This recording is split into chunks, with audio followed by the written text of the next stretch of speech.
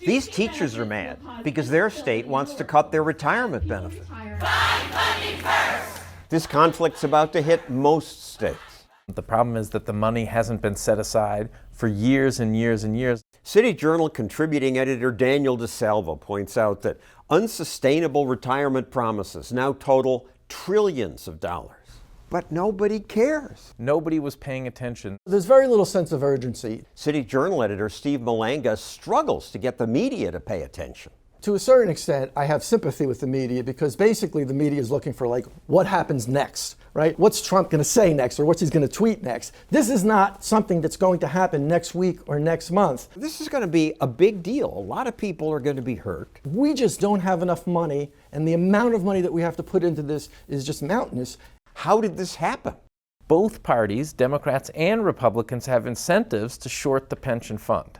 For Democrats, if we can not put as much in, we can free up more money for greater public spending on public programs that we think are good. If we're Republicans, we probably want to say cut taxes. Both are much more popular in terms of getting reelected than putting money in a savings account. You betcha. 5 years from now, 10 years from now, they're going to have a problem. But 10 years from now, somebody else is in office. The retirees, they put in their share. Where's the city share? They were promised this, and now you're 73 years old, and all of a sudden someone's going to say, well, your monthly income is going to fall by 10% or 50%. They can't just stiff the retirees. Well, they have a contract. They can if they go into bankruptcy. San Bernardino recently became the third California city to file bankruptcy. Several California cities have declared bankruptcy.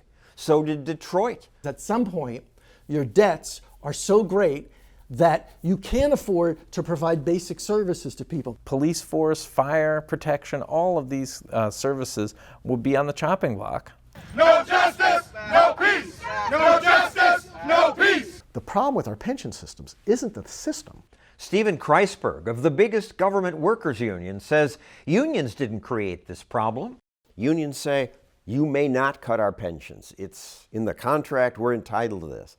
Where's the money going to come from? Taxpayers? There isn't enough money in the world to pay your people. Well, that's not true. There's plenty of money to pay our people. $5 trillion unfunded liability.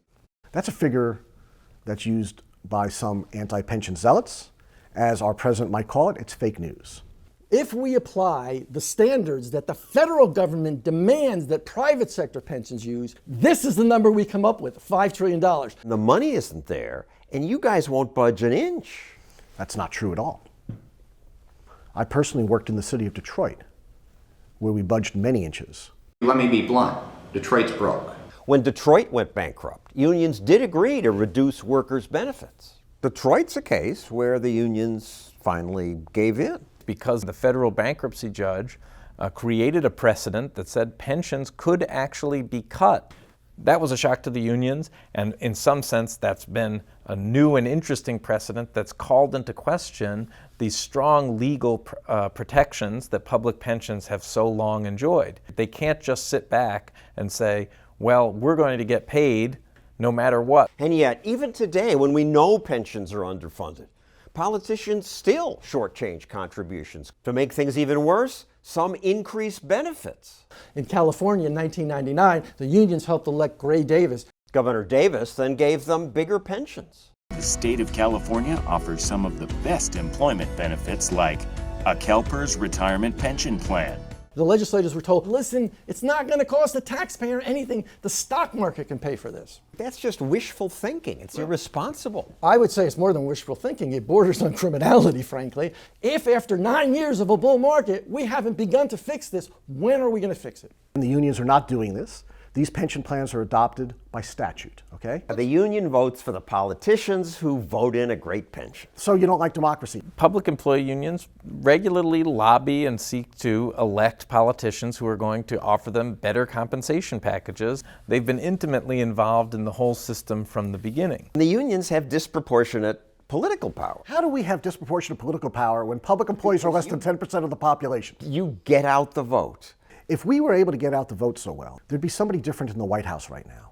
The union says This was a promise, a contract. You can't just take it away. The unions in the public sector have a much broader concept of what a promise is than everybody else. But it was a promise. No, it's not a promise. That's The politicians promised it. They said, here's what you could expect. So if I go to work for a company, right, and they give me a salary, the idea that I could always expect to make that salary, that 5 years from now, if there's a recession, that my company couldn't say to me, sorry, we're going to have to cut your salary. That's crazy. Nobody believes that. What's the solution? Reduce the level of benefits and go to individual accounts. Like 401ks, what most people in the private sector have. So instead of just a government promise, there's an actual account with money in it. I can see it. I can see how it's doing in the market. Unions generally oppose 401ks. However, AFSCME now does say their members may have to take a cut. That's what's happened. That's the facts, Really? John. I thought that you argue we should not have to take a penny less. You argue that in courts. Well, we argue as a matter of legal right, depending upon where we are. If you've earned something, that was part of the deal. If you want to say, look, you're going to have to get a little bit less going forward, sometimes we'll fight over that. You see arguments, you see battles. There are winners and losers in every battle. Look at us, people. You could be next. Politicians and union bosses better pay attention because one day, no matter what the promise, they simply won't be able to keep it.